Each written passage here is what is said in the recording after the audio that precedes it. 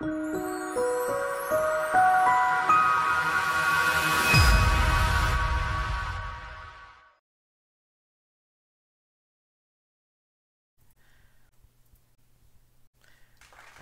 ang ating Panginoon.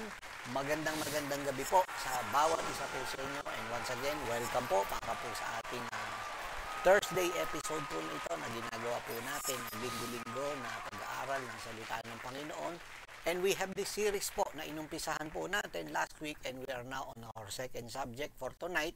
At ipagpapatuloy po natin ang ating pong nasimulan na ating pong serye nung nakaraang Thursday po na ito. Ngunit bago po ang lahat, sa inyo pong lahat nakasama po natin, tayo po umanyaya muna at humingi po na ng patnubay at gabay sa ating Panginoon. Tayo po manalangin po panandalian at hayaan po natin na manguna po ang kanyang banal na espiritu sa pag-aaral po natin para po sa gabi pong ito. So sa pagkakataong ito, saan man po kayo naroroon, samahan po ninyo ako, tayo po manalangin sa ating Panginoon. Aming Ama, sa oras po na ito, muli kami nagpapasalamat sa pagkakataon at biyaya na ibinigay mo po sa amin upang kami, O Diyos, ay makapag-aral at tumuklas, Panginoon, ng iyong banal na kalooban. Hiniling po namin, Panginoon, linisin mo po ang aming po mga puso. At hayaan po ninyo na maging handa po kami sa pagtanggap sa salita po ninyo, sa katotohanan po ninyo, at buong pagpapakumbaba po namin, Panginoon, na matamasa ang biyaya ng iyong banal na salita, Panginoon. Salamat po, Panginoon, sa iyo lamang po ang papuri, Panginoon, sa kabutihang igagawad po ninyo para po sa amin sa gabi pong ito. At aming inihiling rin naman na linisin mo kami sa lahat ng aming karumihan at hayaan po ninyong malayang dumaloy ang kapatawaran po ninyo sa bawat isa po sa amin. Aming Ama, hiling po namin, Panginoon, dalhin mo kami ihatid sa katotohanan ng iyong salita. Maari, Panginoon, ilayo mo kami sa espiritu ng kamalian at ang katotohanan na siyang hatid ng iyong salita at ng espiritu po ninyo ang maramdaman po ng bawat isa po sa amin. Salamat po, Panginoon, inyong pagpalain ng bibig ng iyong lingkod na gagamitin po ninyong tagapagpahayag ng iyong salita at maging pagpapala, maging kalakasan, maging kaliwanagan, Panginoon, ang mga salita po ninyo na siyang amin pong mapapakinggan. Salamat po sa iyong papuri at ang kaluwalhatian sa pangalan mo, Panginoong Hesus. Amen and amen and amen. So tayo po'y bumasa po sa kanya pong salita. Let's read in the Gospel of St. John, chapter 3, beginning from verse 1 up to verse 11. John chapter 3, verse 1 up to verse 11. There was a man of the Pharisees named Nicodemus, a ruler of the Jews. The same came to Jesus by night and said unto him, Rabbi, we know that thou art a teacher come from God, for no man can do these miracles that thou doest, except God be with him. Jesus answered and said unto him, Verily, verily, I say unto thee, except a man be born again, he cannot see the kingdom of God. Nicodemus saith unto him, How can a man be born when he is old? Can he enter the second time into his mother's womb and be born? Jesus answered, verse 5, Verily, verily, I say unto thee, except a man be born of water and of the Spirit, he cannot enter into the kingdom of God. That which is born of the flesh is flesh, and that which is born of the Spirit is spirit. Marvel not that I said unto thee, ye must be born again. Verse 8, The wind bloweth where it listeth, and thou hearest the sound thereof, but canst tell when it cometh, and whither it goeth. So is everyone that is born of the Spirit. Nicodemus answered and said unto him, How can these things be? Jesus answered and said unto him, Art thou a master of Israel, and knowest not these things? Verily, verily, I say unto thee, we speak that we do know, and testify that we have seen, and ye receive not our witness. And also in Psalms chapter 51, basahin po natin ito. Psalms chapter 51 verse 1 up to verse 12. Medyo mahaba ng konti pero kailangan nating maintindihan po ito sapagkat may kaugnayan po ang mga talata po na ito sa ating pag-aaral sa gabi pong ito. Okay. Verse 1, Have mercy on me, O God, according to your unfailing love, according to your great compassion, blot out my transgression. Wash away all my iniquity and cleanse me from my sin. For I know my transgression and my sin is always before me. Against you, you only have I sinned and done what is evil in your sight. So you are right in your verdict and justified when you judge. Surely I was sinful at birth, sinful from the time my mother conceived me. Yet you desired faithfulness even in the womb. You taught me wisdom in that secret place. Verse 7, Cleanse me with hyssop, and I will be clean. Wash me, and I will be whiter than snow. Let me hear joy and gladness. Let the bones you have crushed rejoice. Hide your face from my sins and blot out all my iniquity. Create in me, verse 10, a pure heart, O God, and renew a steadfast spirit within me. Do not cast me from your presence or take your Holy Spirit from me. Restore unto me the joy of your salvation and grant me a willing heart to sustain me. Glory to the name of Jesus. So purihin po ang ating Panginoon at magandang gabi po muli sa bawat isa po sa inyo para po sa ating pag-aaral po na ito. As I have mentioned earlier, we have this series na sinimulan po natin which has the title Unashamed. Unashamed. And in our first subject, last week, tinalaki po natin na may kaugnayan nga doon sa title natin, I am not ashamed. For tonight, sa pag-aaral po natin na ito, maganda po ito kapatid kaibigan, ang tatalakayin po natin is the new birth experience. Ayan, the new birth experience. Maganda po na maintindihan po natin ito pong bagay po na ito. Kasi sa ating pong lahat ng mga mananampalataya, kung tayo po ay merong tinatawag na pagnanasa na makaabot po ng tinatawag na maraming kaluluwa, kailangan po bilang isang mananampalataya and in the first place, tayo po ay iniligtas ng Panginoon through the power of the blood of Jesus Christ. We must have a proper, uulitin ko po hindi na po natin pinag-uusapan po dito yung mastery, pero kung darating po tayo on that part, on that level, yung mastery, pagdating po sa paksa po na ito, abay mas mainam, no? Yan ay maigi po na ating pong marating yung bagay po na, but we as a Christians, we as believer ay kinakailangan po na magkaroon po tayo nung tinatawag po na proper knowledge and understanding regarding this particular subject po na siyang ating pong tatalakayin po or pag-aaralan para po sa gabi pong ito. In fact, no, from the text na binasa po natin, first in the New Testament by the name of Nicodemus, na character po, Bible character na kinausap ng Panginoon, and the second po from our text is from the Old Testament, which is the Psalm of David, no, the king, no. So these two men in the Bible, ito pong dalawa po na ito ang pag-aaralan po natin. Of course, siyempre po, meron po kasi po silang tinatawag po na these two Bible character has this what we call a concern, no? In terms of their spiritual state, no? Bakit ko po sinabi po yan? Kung atin pong titignan, no, sa Psalm na ipanalangin, na isulat po nito pong si David po, si King David po in the Old Testament, bilang isang makasalanan, makikita po natin ang kanyang paninikluhod, pagpapakumbaba po sa ating pong Diyos na makapangyarihan, sa ating pong Diyos Ama, sa ating pong Diyos na may lalang ng langit at lupa. Humihingi po siya ng tinatawag po na kapatawaran at kanyang naunawaan. Nito pong si Haring David, kapatid kaibigan, nito pong si Haring David, kanya pong naunawaan na yung tinatawag po na all of the outward sacrifices, no, ito'y hindi po sasapat para po malinis po ang ating pong puso na makasalanan. Whereas dito po in the New Testament, no, itong Bible character na tinalakay binasa natin kanina by the name of Nicodemus, no, is in the New Testament, isa naman po siya parang kabaligtaran po, isa naman po siyang righteous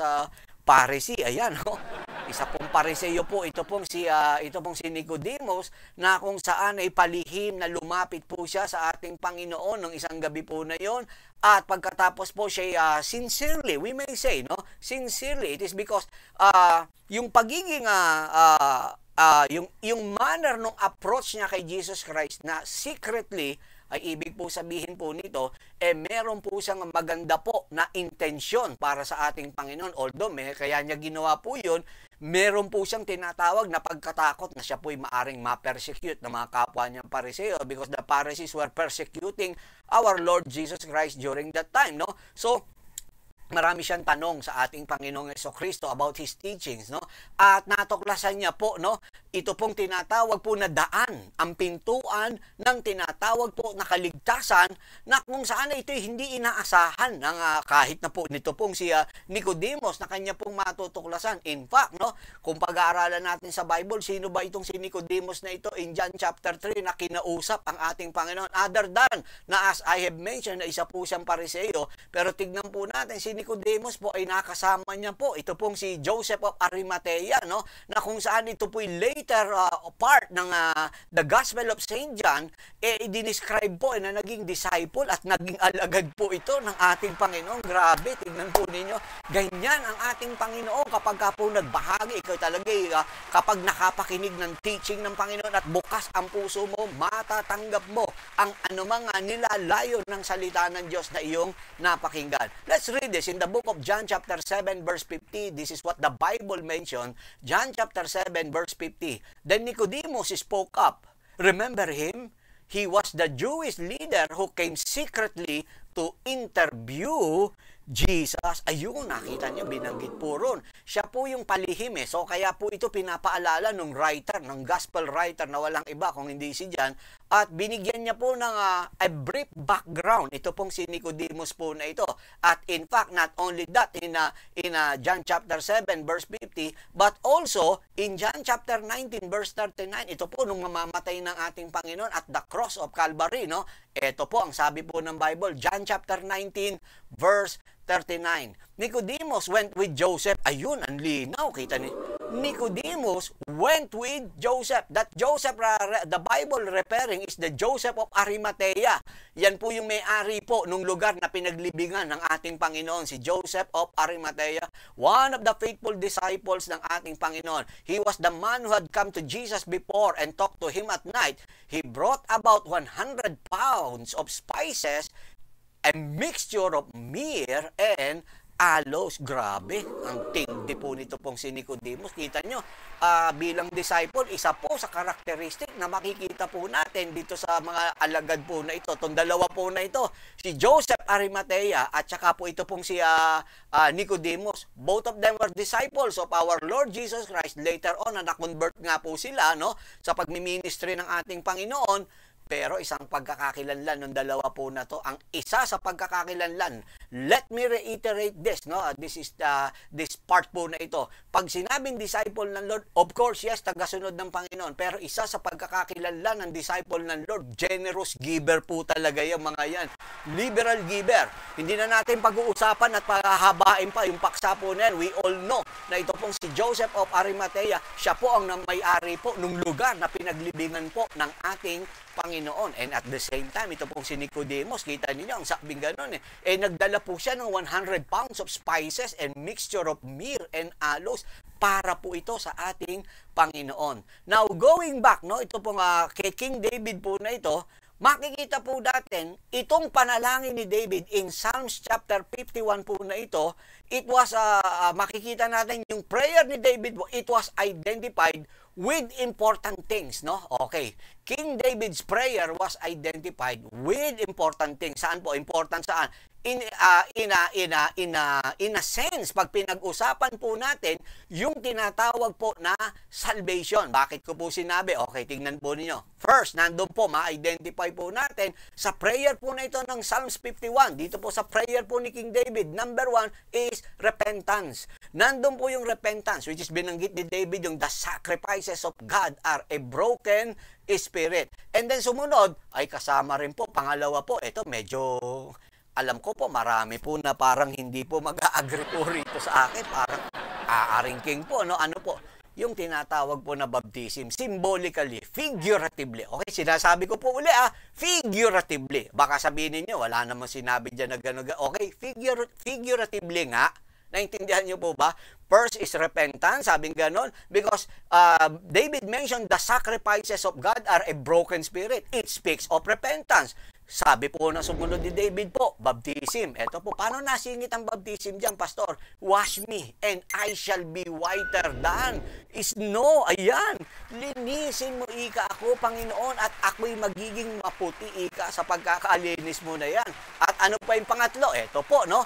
Yung pangatlo, the Holy Spirit, no? Ano po yung Holy Spirit? Ano role yan? Create in me a clean heart. Oh, God, hallelujah. So makikita po ninyo, binanggit po, create in me a clean heart, O God. It is only the Holy Spirit ang meron pong ability and power na maglinis po ng ating pong mga puso. And the only way to enter into God's kingdom is to be born again. Yan ang sinabi. We must born into God's kingdom. We must be born again. And the new birth, just like the physical birth na binigay niya pong teaching dito po kay Nicodemus, it is a process that must be completed. Uulitin ko po uli when we talk about new birth experience, okay, when you say new birth experience, it talks about our, tinatawag po na yan na being born again. It talks about our conversion, no? Kagaya po nung tinatawag na physical birth, ito po ay meron pong tinatawag po na proseso, and that process must be completed. Hindi ka po pwedeng tumalon-talon po dyan na hindi mo matatapos po yan. Parang halimbawa po sa atin po. Alam naman natin yan, hindi ka gagraduate hindi ka makakagraduate ng elementary nang hindi ka, sabihin natin, magtatapos po dyan. Hindi ka makakagraduate ng high school nang hindi ka rin magtatapos dyan. Meron kang process na dapat kumpletuhin. Pag elementary, kinakailangan, nung araw sa amin po, 6th grade lang, ngayon 7th grade na.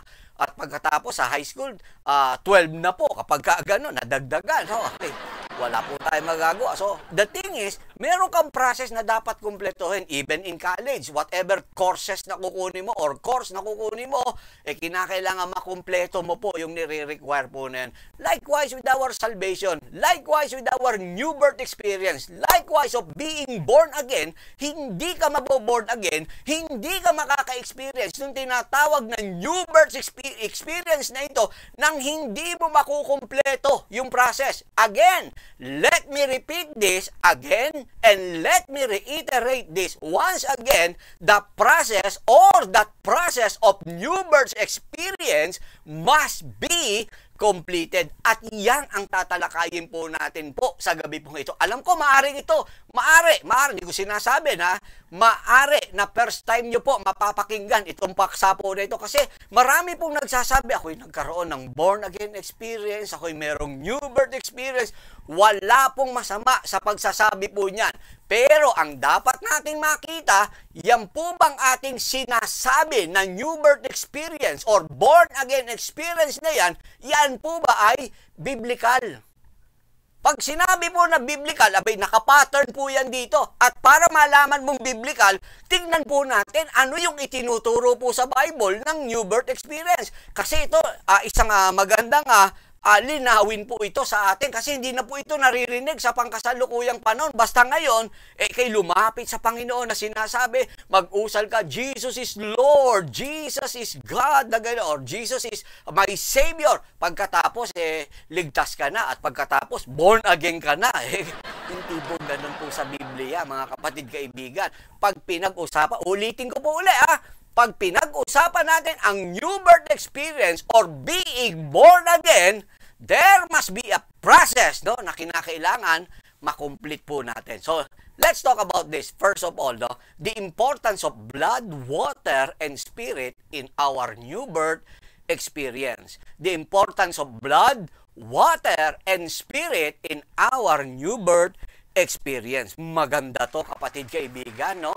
Okay, pag pinag-usapan po, uulitin ko pag pinag-usapan ang new birth experience, pag pinag-usapan ang pagiging born again, abay dapat involved po rito, ito pong tatlo po na ito, blood, water, and spirit. Ngayon nyo lang po ito maaari. Uulitin ko, di ko sinasabi ngayon, maaari, kasi hindi na po ito na-emphasize po, lalo na po kapag ang church po, lumaki na po, kapag ang isang church po or churches po ay naririyan na sila, basta gumulong na yung pagiging church, yan nakakalimutan na po na mabigyan po ng tama. Uulitin ko, biblical po dapat ang hindi po tayo kumokontra sa marami pong lumalapit sa gusto po natin yan, approve yan, masaya tayo kapag po maraming lumalapit sa Panginoon. Pero pag pinag-usapan po ang new birth experience, ang pagiging born again, abay dapat, biblical ba yung experience natin? Nasa Biblia po ba yan? Okay, kapag wala, abay, kapatid kaibigan, medyo magtanong tayo kapag hindi wala po sa Bible po yan, tanungin natin saan nakuha yun? Saan nanggaling yung ganong klaseng karanasan? 1 John chapter 5 verse 7 to 8. 1 John chapter 5 verse 7 to 8. For there are three that bear record in heaven, the Father, the Word, and the Holy Ghost. And these three are one. Okay, linaw. And there are three that bear witness in earth, the Spirit, the water, and the blood. These three agree in one. These three agree in one. Okay, now, tatlo po ito. Ulitin ko po ulit. When we talk about salvation, ay may pag-uusapan po natin, kagaya ng sinabi ko, we will talk about the importance of blood, water, and spirit in terms of our new birth experience. Okay, let's talk about first the significant role of blood in our salvation. The significant role of blood in our salvation. You know, the Bible teaches that the shedding of the sacrificial blood is required for salvation. The Bible teaches that the shedding of sacrificial blood is required for salvation. Bakit ko po sinabi? Because God uses these three elements, blood, water, and spirit, no? At ginamit po ito ng Panginoon to transport us from the known human to the spiritual unknown. Ganyan po yan eh. So, ano ibig ko sabihin? In His work of redemption, Jesus provided these three. Okay, ulitin ko po in His work, in Christ's work of redemption, Jesus provided all the three. Ibig sabihin, if we are to experience salvation, if we are to experience new birth, if we are to be born again, no, we must take on all three na ito. Okay, ano po ibig po sabihin? Kasi napakarami po sa panahon po natin, like for example, like Nicodemus, no, na masters eh. Maraming, si Nicodemus, master po yan eh, in his time eh, okay, no? Maraming master sa panahon po natin, mga may masteral degree or master of theology na ganyan na tinatawag, no?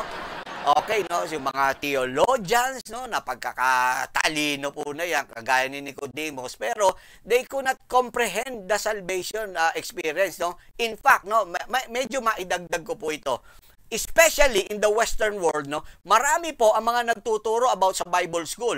Nandyan sila sa Bible school, nagtuturo sila as professor. Take note, nagtuturo sila in any Bible school as professor, but the problem is, meron lang po silang tinatawag po na criteria, or we may say credentials, no, na meron sila as professors, but the problem is, puro ang naituturo lang nila theoretical. Magaling lang sila sa theory eh. At ang problem with the theory, yung theory nila kadalasan bumabangga dito po sa Biblia. And there, the problem comes in. Bakit po? Hindi po obra po yun kasi yung mismong nagtuturo, wala pong experience. Ang ka nakakita, professor, magtuturo po about pastoring. Pero hindi siya naging pastor. Hindi obra yung ganun bagay. Pagtuturo ka ng isang paksa na ganun, nang wala ka experience, doon pa lang, sa lengguang na po yun. Definitely, theory lang ang maituturo mo, wala kang tinatawag po na experience, no? Now, marami po, like for example, salvation, maraming hindi nakakaunawa. Kayong lahat na mga nanonood, hinahamon ko kayo, no? Pagdating mo sa usaping kaligtasan, marami po sa atin sinasabi, oh, I am saved by the blood of Jesus, I am saved by the grace of God. Pero pa-explain mo yung gospel, hindi niya maintindihan. Pero sinasabi niya, I am saved, no, by the gospel.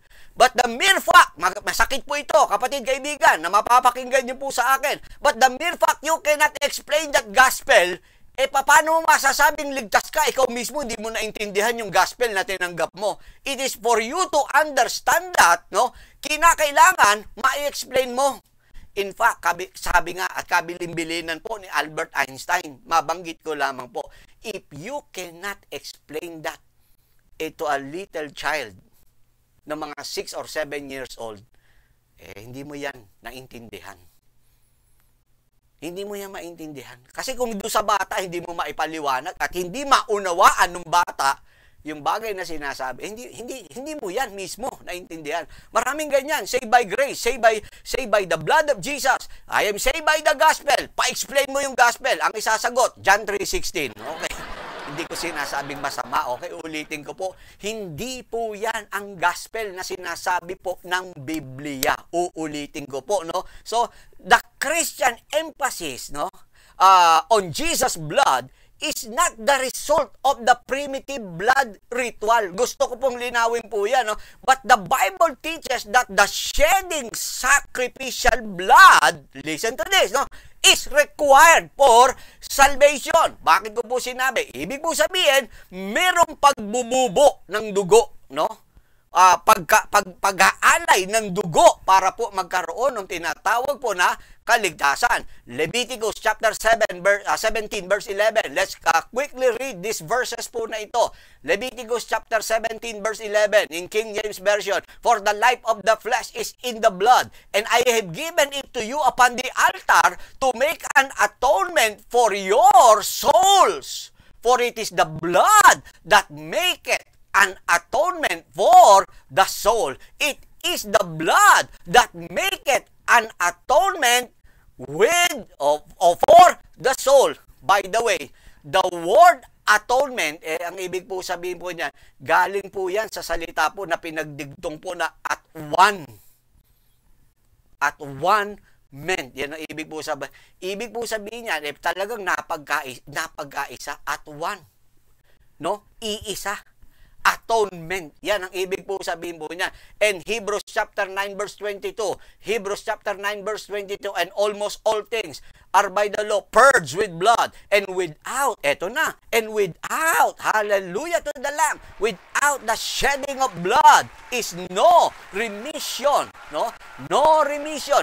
No forgiveness of sin. Without the shedding of blood. 1 Peter chapter 1 verse 18 to 19. 1 Peter chapter 1 verse 18 to 19. For as much as you know that you are not redeemed with corruptible things as silver and gold, and from your vain conversations received by tradition from your fathers, but with the precious blood of Christ, as of lamb without blemish and without spot. Hallelujah. So kaya yan, hindi po pwede po na hindi po kasama pag pinag-usapan po natin ang salvation, pag pinag-usapan po natin ng new birth experience, pag pinag-usapan ng born again or being born again, ay hindi po obra na hindi po involve yung dugo ng ating Panginoon. Pangalawa po, let's talk about the significant role of water in our salvation. Ito na, praise God, hallelujah. Okay, papunta na po tayo unti-unti sa exciting part. Okay,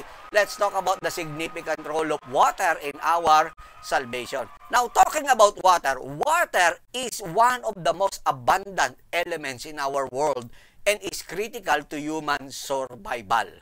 Water is one of the most abundant elements in our world and is critical to human survival, no? Now, in the Bible, ito'y ginagamit po to represent variety of things, no?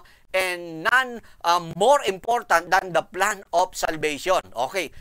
Ang tubig po, kabahagi po, para maintindihan po natin, kabahagi po sa plano, uulitin ko po sa plano ng kaligtasan na ibinibigay po ng Panginoon sa atin. Okay, let's read this, no? Very quick. Isaiah chapter 55 verse 1. Isaiah chapter 55 verse 1. Ho! Everyone that thirsteth, come ye to the waters, and he that had no money, come ye, buy and eat. Ye, come, buy wine and milk without money and without baptized. Okay, so yan po, pinatawag po, come ye to the waters, no? And Romans chapter 6 verse 4, this is what the Bible mentioned. Eto na po, tignan po natin ang significant role ng tubig sa ating kaligtasan. Romans chapter 6 verse 4, therefore, we are buried with Him. We are buried with Him. Si Paul po nagsabi po niyan, hindi po ako, wag po kayo magalit po sa akin. Therefore, we are buried with Him. Paano tayo nalilibing kasama niya? By baptism into death. By baptism into death. That like as Christ was raised up from the dead by the glory of the Father, even so, we also should walk in newness of life. Yan ang sabi in Acts chapter 22. Acts chapter 22 verse 16. And now why tarriest thou? Arise and be baptized. Ayun na. Arise and be baptized and wash away thy sins, calling on the name of the Lord. Yan ang sabi pong ganun. Praise God, no? So kaya kita ninyo, the element of water, hindi yan po pwede po na mawala po in terms of new birth experience or being born again. First is the blood, and second is the water. Now, let's talk about the significant role of the Spirit in our salvation. The significant role of Spirit in our salvation. Now, in the world na kung saan na ginagalawan po natin, I want you to realize that there are three kinds of spirit, no? There are three kinds of spirit, no? Namely, itong tatlo po na ito, first is the Holy Spirit, and kasama po dyan yung mga angelic spirits, of course. Pangalawa is Satan, at pati po yung mga demonic spirit, yung mga demonyo po na kasama niya po, ayan. At pangatlo po is yung human spirit, yung espiritu po nating mga tao po na ito. Now, I want you to understand this, that man is made up of three parts. The soul, the spirit, and the body. Yan po yan, no? And with the spirit being, na kung saan na meron po tayo, ito po yung eternal aspect of his existence ng tao po. Ito pong tinatawag po na spirit po na ito. Now, man's human spirit, no, can respond both, pareho po. They can both respond to the Holy Spirit and evil spirit. Kaya nga minsan mamimili siya kung pakikinggan niya po yung evil spirit or yung tinatawag po na Holy Spirit po na yan. At maraming tao po, unaware po sila dito sa bagay po na to sapagkat wala po silang tinatawag po na spiritual nature, no? Sapagkat nananaig po yung kanilang pagiging laman na tinatawag, no? So kaya para maintindihan natin ang sabi ng Bible in 1 Corinthians chapter 2 verse 14, ito po ang sabi po ni Apostol Pablo in CEB translation, but people who are unspiritual, ayan, binanggit po yung unspiritual, but people who are unspiritual don't accept the things from God's Spirit. Ayan, they are foolishness to them and can be understood because they can only be comprehended in a spiritual way. Kaya ito, mapupunan nyo rin mga kaibigan, kapag minsan, binabahagi na natin yung mga mahal natin sa buhay, mga kamag-anak natin, kaibigan po natin, no? O mga malalapit na mga tao sa atin. Kapag binahaginan po natin sila ng salita ng Diyos, which is ito po ay spiritual things na binibigay po natin sa kanila, hindi po nila agad yan maintindihan at maunawaan. Bakit po? Sapagkat para sa kanila, kita ninyo, kahangalan po ito eh.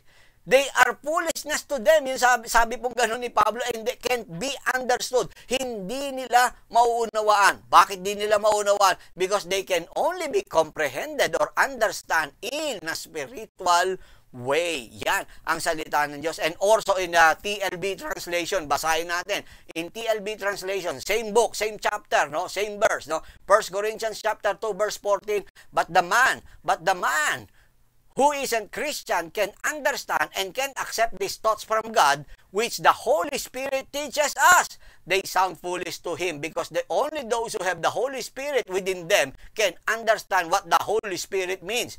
Others just can't take it in. Yan ang sinasabi po. So that is why sa ating pong lahat na naririto, dapat nyo maintindihan, itong spiritual na bagay na binabahagi po natin, hindi po yan palagi po matatanggap. Kaya minsan ang nangyayari tuloy, nabubuisit at naiinis pa tayo sa mga kaibigan at mahal natin sa buhay na. Kasi parang hindi nila maunawaan. Kaya lang sinabi po ni Apostol Pablo, talagang hindi nila maunawaan yung spiritual na bagay po na yun eh. So tayong lahat na naririto, yung ating pong Espiritu, the time na tayo po'y nakakilala na rin po sa ating Panginoon, no? At nagkaroon po tayo ng pakikipag-isa sa ating Panginoong Diyos, no? So, nangyayari, yan yung kapag nakatanggap na tayo ng kaligtasan, siyempre po, ayan, magkakaroon na po tayo ng pakikipagniig po sa Espiritu ng ating Panginoon. John chapter 4, verse 24. John chapter 4, verse 24. God is a spirit. God is a spirit, and they that worship Him must worship Him in spirit and in truth. Acts chapter 2 verse 4.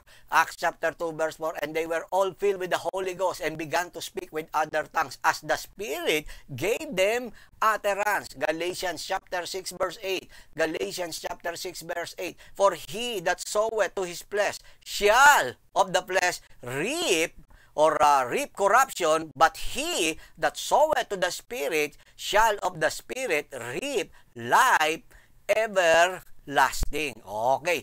Anong ibig pong sabihin po niya? Kaya kita ninyo, the time na tayo nakakilala na sa ating Panginoon, meron na tayong pakikipagniig sa banal na Espiritu ng ating Panginoon. So, natututo na tayo mag-worship in spirit and truth.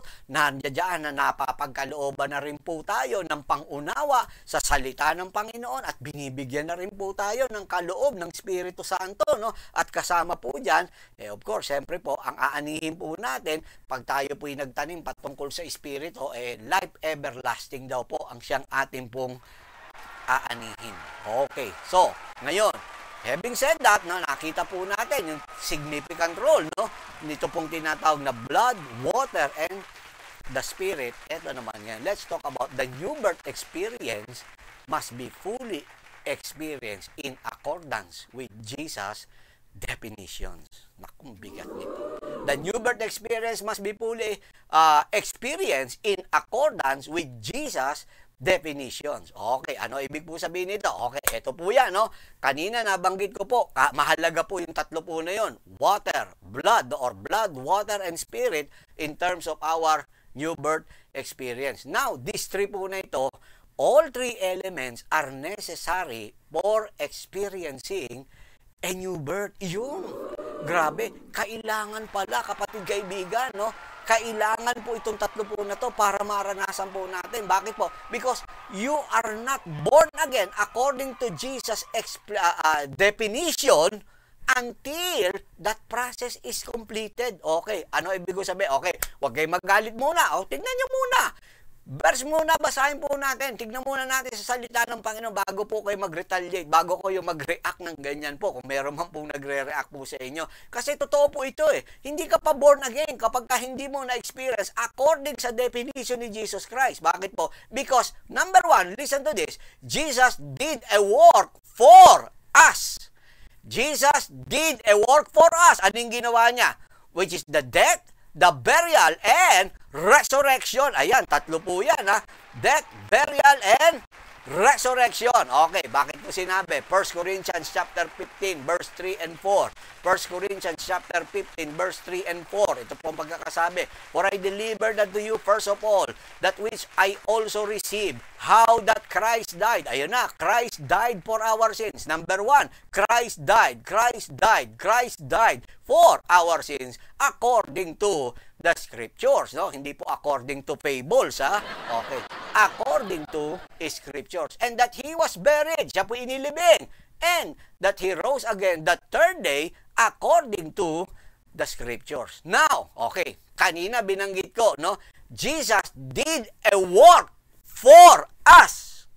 For us. And that is the death, the burial, and resurrection. Ito yung susunod, kapatid kaibigan. But Jesus also wants to do a work in us. Praise God. Kanina, work for us. Ito naman, Jesus also wants to do a work in us. Paano siya gagawa sa atin? Kasi yung kanina, ginawa niya po yun. Paano naman siya gagawa sa atin? Through repentance, water baptism, and Holy Ghost. Ayan, praise God, no? So, ito pong Acts 2:38 po na to, favorite po ito na verse po ng mga apostolic. Kasi dito po, on the first day, no? On the first day ng mangaral si Peter, on the first day of Pentecost po na ito, no? ang ginawa po, binigay na po yung plan of salvation. The plan of salvation was made available and it is the first time na ipahayag po ito ng buong linaw. Acts chapter 2 verse 38, let's read this, no? Acts 2:38. Then Peter said unto them, repent and be baptized every one of you in the name of Jesus Christ for the remission of sins, and ye shall receive the Holy Ghost. Okay, ano po ang ibig po sabihin po niyan? Okay, tignan po ninyo maigi ha. Yan po ang sinasabi. Kaya nga kanina, binanggit ko po, no? Malino po. Jesus did a work for us, no? Through death, burial, and resurrection. But Jesus also wants to do work in us. Kanina, una, work for us. Siya yung gumawa para sa atin. Pero ito naman, gusto namang gumawa ng Panginoon para naman to sa atin. Tayo naman ang gagawa. That is why ang gospel ay ito po. As I have always mentioned, as I always preach, no, the gospel as enacted by the Lord Himself, ano po yan? Is death, burial, and resurrection according to 1 Corinthians 15:3 and 4.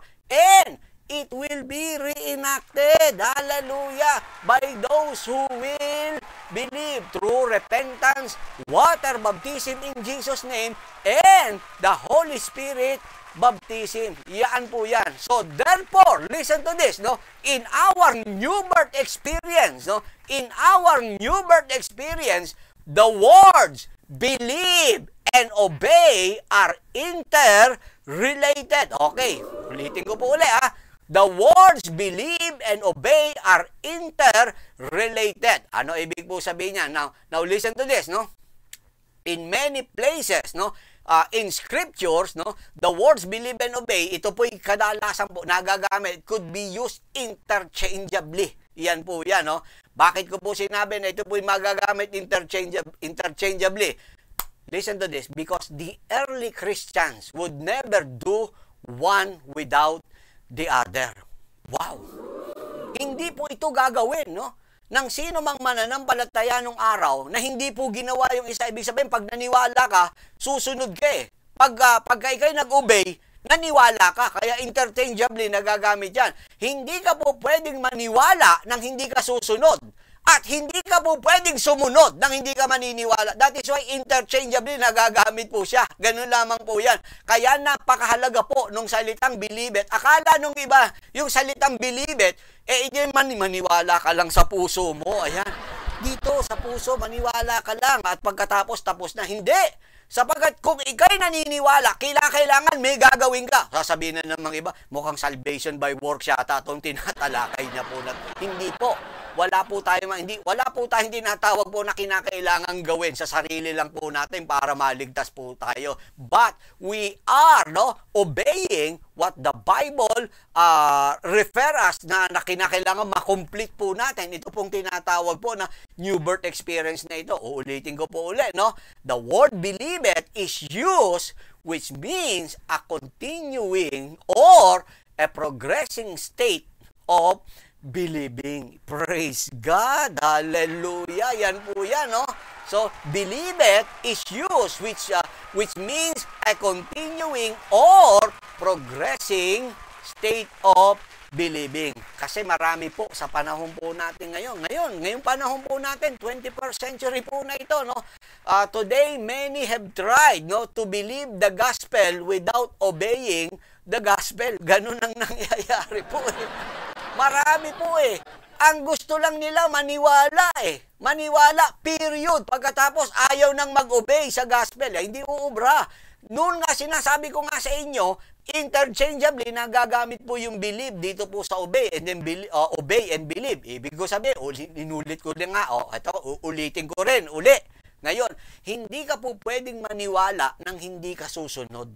At hindi po pwedeng sumunod ka nang hindi ka naniniwala.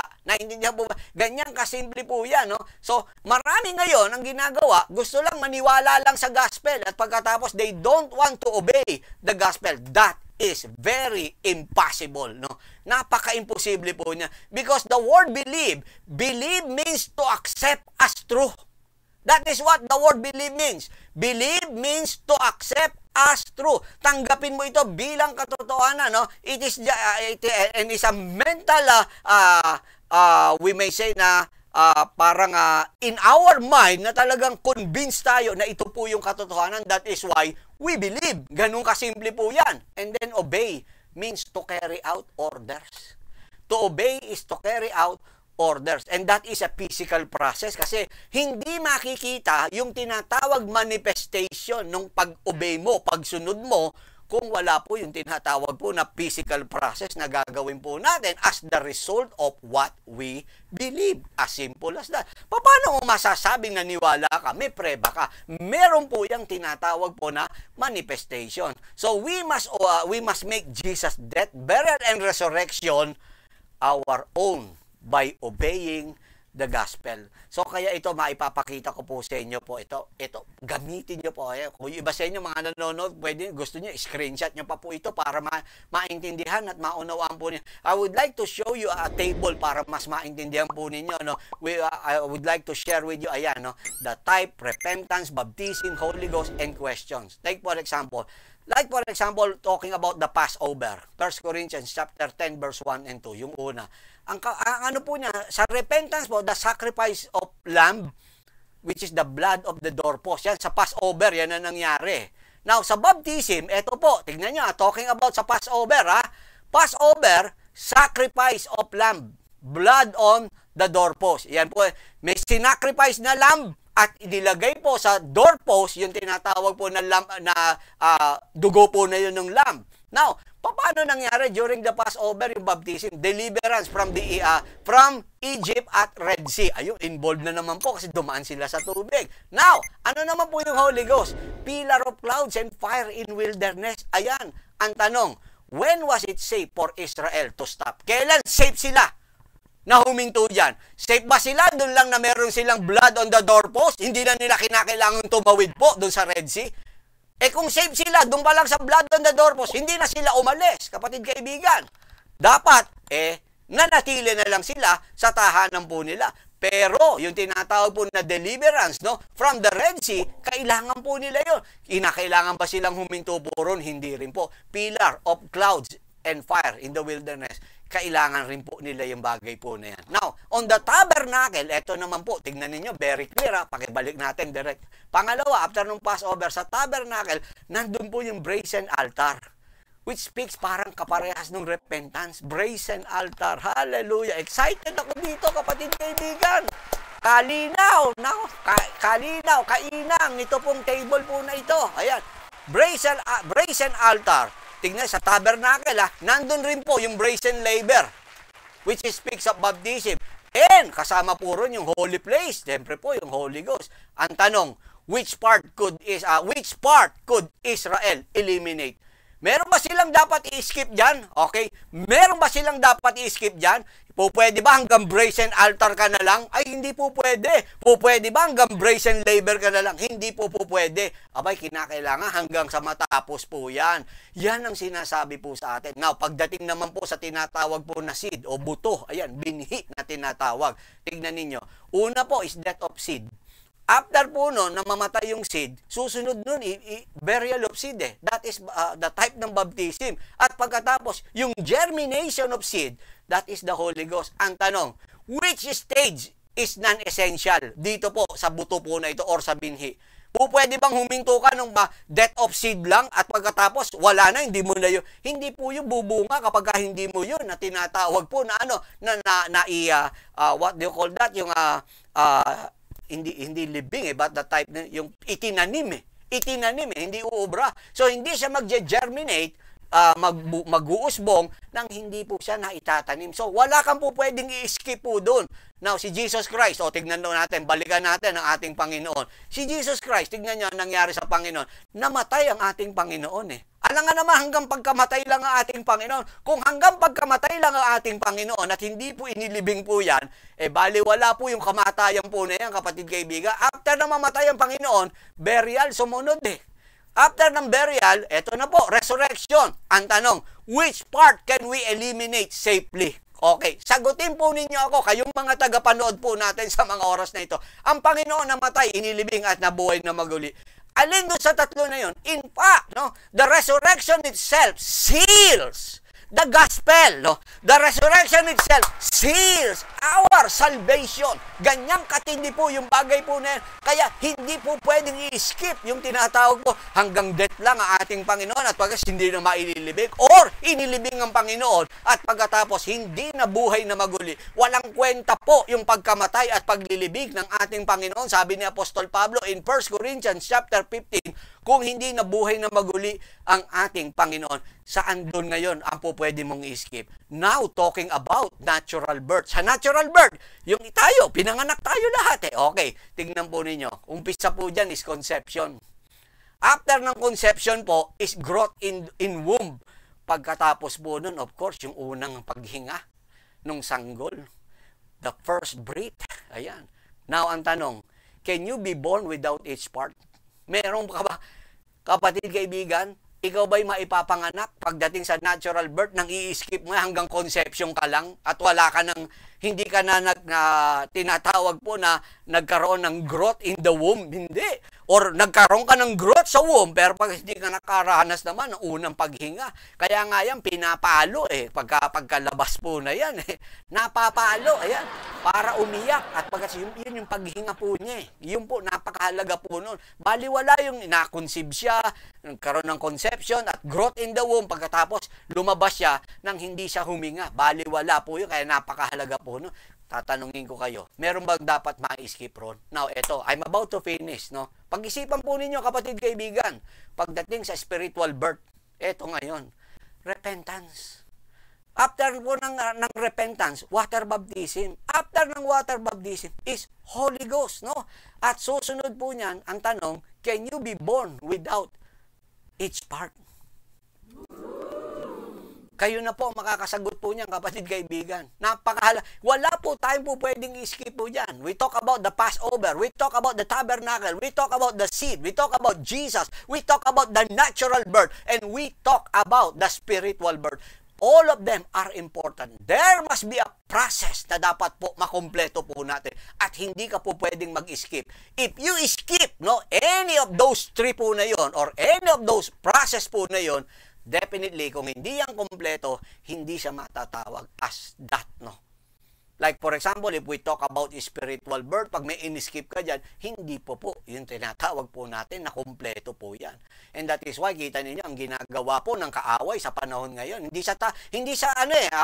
sa kokontra na lumapit ka sa Panginoon. Basta kinakailangan, paglapit mo sa Panginoon, tumigil ka sa process. Panalo na rin siya nun. Bakit po? Sasabihin na talaga naniwala ka lang, pagkatas, wala namang process na kinumpleto. Hindi po kompleto, kapatid, kaibigan, kapag po ganyan. And that is why, napakahalaga. And ito yung pinag-aaralan natin para maintindihan. Hinahamon ko ang bawat isa po sa inyo. Sagutin po niyo, lalo na po yung table po na naibigay ko. Direct, pakibalik lang natin sa kanila. Ayan, screenshot nyo yan at sagutin po ninyo yung mga tanong po na meron po ba tayong pwedeng i-skip o lagpasan pagdating po sa mga bagay po na yan. So, purihin po ang ating Diyos na buhay.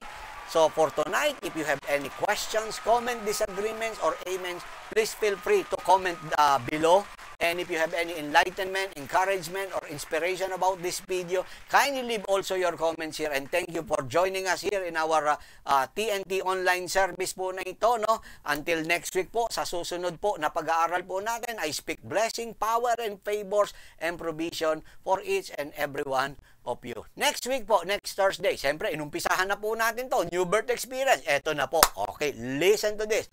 Our subject by next week is death. We will talk about death or repentance. Praise God. Hallelujah. The first part of the gospel. Death, which is repentance, the first part of the gospel. And this coming Sunday, no, ating pag-aaralan po sa darating po na linggo po na ito. Ito sa napakagandang series po nito. Patungkol rin po ito sa mga iba't ibang bagyo ng buhay po natin. We will talk about, no, storms and shipwrecks, no, life's inevitable journey. Yan, praise God, no. So yan ang tatalakay natin by Sunday po na to. At wag po ninyong sasayangin ang pagkakataon po na tayo po'y magsama-sama at magpaalakasan sa isa't isa, no? Well, that's the word of the Lord for tonight here in our TNT online service. Until next week, God willing, this is Pama speaking for Jesus Christ, one God, one gospel church, saying, may the peace of God which surpasses all understanding guard your heart and mind through Christ Jesus our Lord.